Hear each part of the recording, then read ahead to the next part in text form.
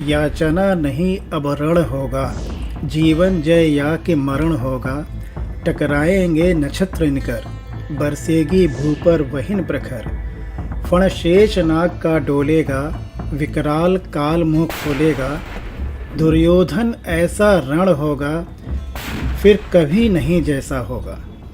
पहलगाम के बाइसरन घाटी में कोई शादी के बाद नई जिंदगी के लिए सपने सजा रहा था, तो कोई अपने जीवन के कैनवास में यादों के रंगों को भर रहा था। लेकिन इसी बीच स्वचालित हथियारों से लैस आतंकवादियों ने आकर निहत्थे पर्यटकों को घेर लिया, पूछा तुम्हारा धर्म क्या है, और एक तरफ खड़ा करके 26 व्यक्तियों को गोली से भून डाला। पहलगाम के इस नरसंहार ने न केवल भारत को झकझोर कर रख दिया, बल्कि पूरी दुनिया को हैरत में डाल दिया। ये घटना 22 अप्रैल 2025 की है। इसके बाद भारत ने ऑपरेशन सिंदूर शुरू किया, जिसका मुख्य उद्देश्य था पाकिस्तान के अंदर और पाकिस्तान के कब्जे वाले कश्मीर में स्थित आतंकी ठिकानों को नष्ट करना।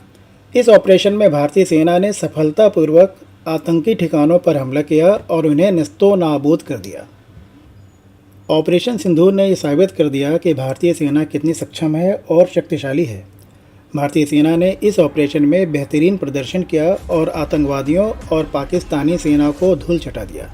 आतंकियों के पहलगाम नरसंहार से हैरान दुनिया भारतीय सेना के सटीक और खतरनाक हमले को देखकर और भी सन्न रह गई। आइए इस वीडियो में देखें कि इन दोनों घटनाओं पर दुनिया की क्या प्रतिक्रिया थी। हु सेड व्हाट, अर्थात किसने क्या कहा। आइए सबसे पहले दुनिया के सबसे ताकतवर देश अमेरिका की प्रतिक्रियाओं की बात कर लेते हैं। अमेरिका के राष्ट्रपति डोनाल्ड ट्रंप ने पहलगाम आतंकवादी हमले पर कहा कि भारत को संयुक्त राज्य अमेरिका का पूरा समर्थन प्राप्त है। पहलगाम आतंकवादी हमले में निर्दोष लोगों की जान जाने पर मेरी गहरी संवेदना है।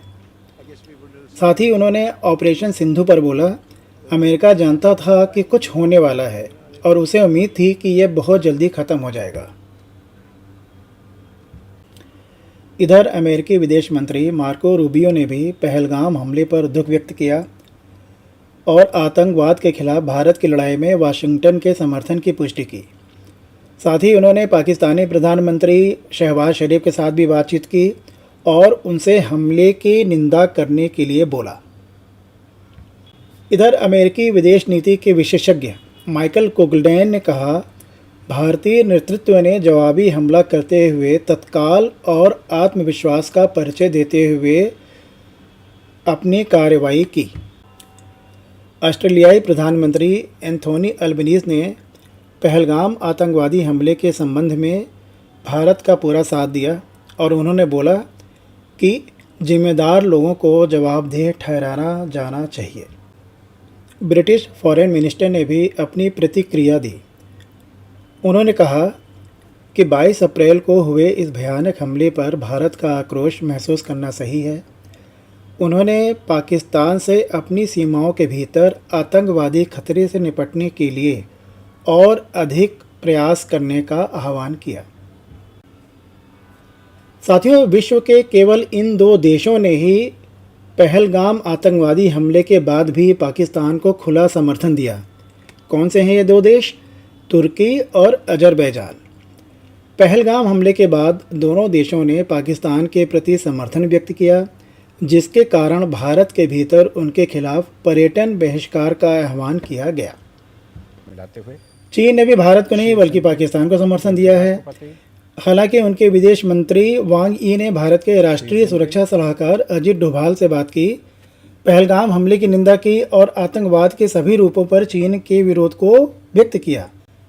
लेकिन भारत के सैन्य अभियान को दुखद करार दिया, जो आतंकवाद विरोधी चर्चा और पाकिस्तान के साथ उनके गठबंधन के बीच रणनीतिक संतुलन का संकेत देता है।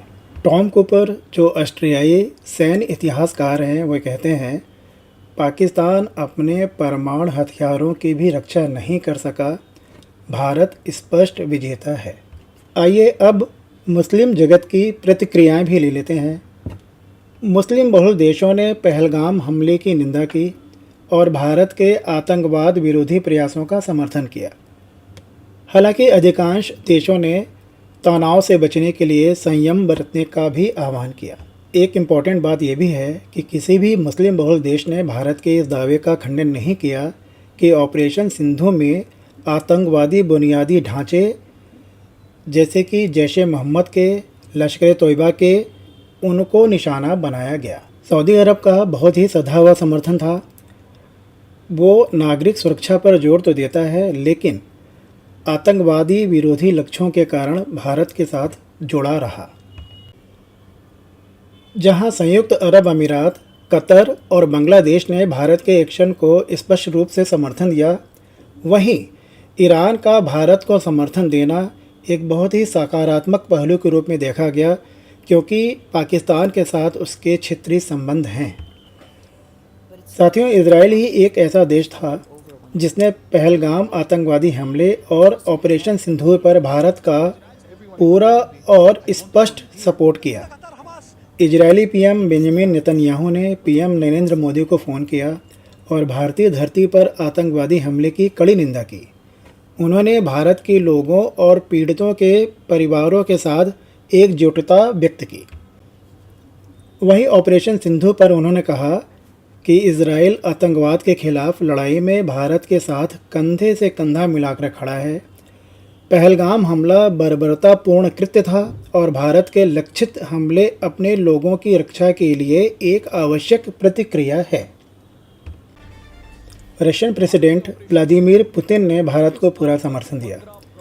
उन्होंने कहा, इस क्रूर अपराध का कोई औचित्य नहीं है। हम उम्मीद करते हैं कि इसके आयोजकों और अपराधियों को उचित सज़ा मिलेगी।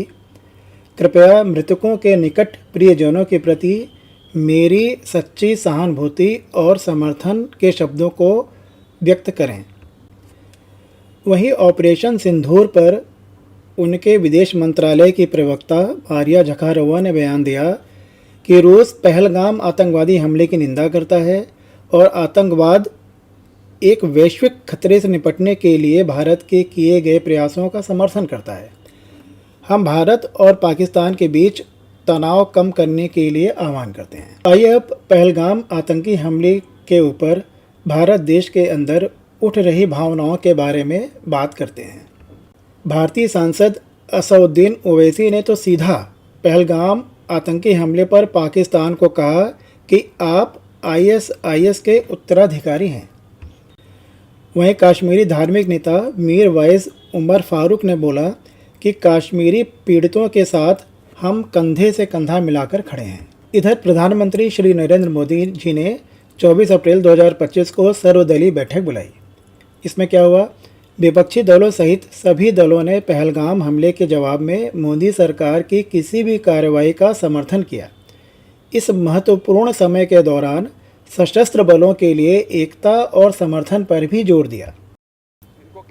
साथियों, इन घटनाओं के कारण भारत और पाकिस्तान दोनों ही देशों में पब्लिक सेंटिमेंट्स काफ़ी हाई थे, लेकिन पाकिस्तान में एक वीडियो वायरल हुआ जिसमें एक व्यक्ति को आतंकवादी समूहों को शरण देने के कारण ऑपरेशन सिंदूर के जवाब में लोगों से ये कहते हुए दिखाया गया कि आश्चर्यचकित मत होइए, ये तो होना ही था।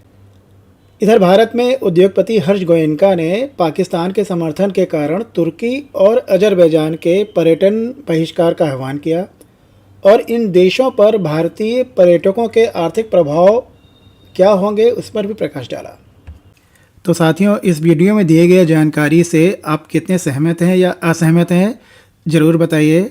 और अगर ये वीडियो आपको अच्छा लगा हो तो प्लीज़ शेयर करिए, लाइक करिए और सब्सक्राइब करिए। और प्लीज़ अपना ख्याल रखिए।